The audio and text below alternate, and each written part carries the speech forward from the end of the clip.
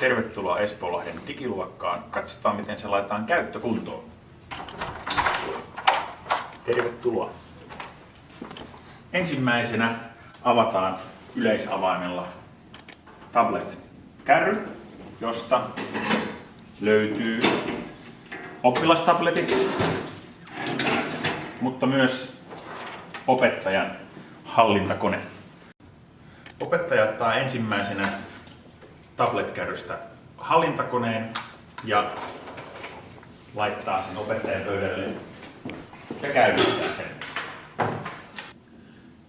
Muista käynnistää myös opettajan kone, jossa on digiluokan hallintalisenssi, ja tämän käynnistämisen jälkeen muista käynnistää myös näyttölaite,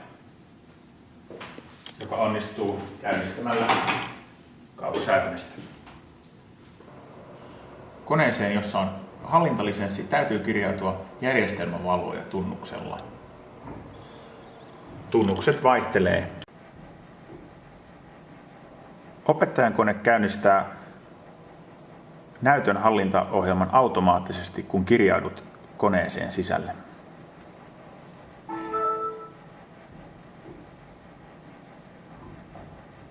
Tämän jälkeen käynnistetään oppilashallintakoneelta Magic EVB Manager-ohjelmisto.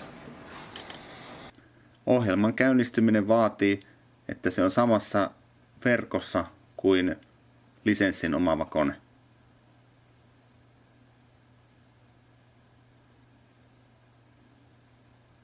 Tee luokan hallinnasta uusi luokka, nimeä se kuten haluat.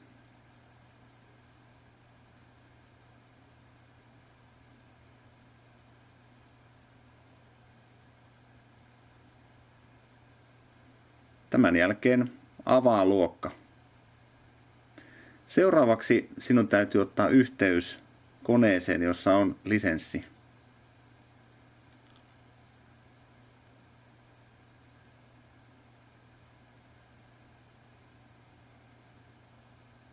Tässä vaiheessa oppilaat voivat kirjautua kurssille.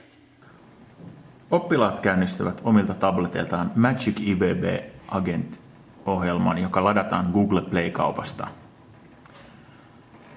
Oppilas vaihtaa nimensä asetuksista, eli Settings ja täältä Change Name-palkista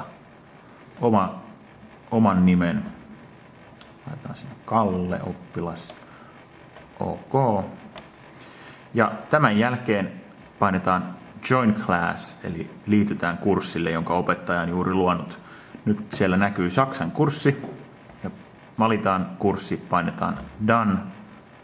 Ja nyt oppilas on liittynyt kurssille ja opettaja saa tabletin hallinnan itselleen. Tässä vaiheessa oppilaita on jo liittynyt kurssille. Nyt ruudulta näkyy reaaliajassa, mitä oppilaat tekevät omilla tableteillaan.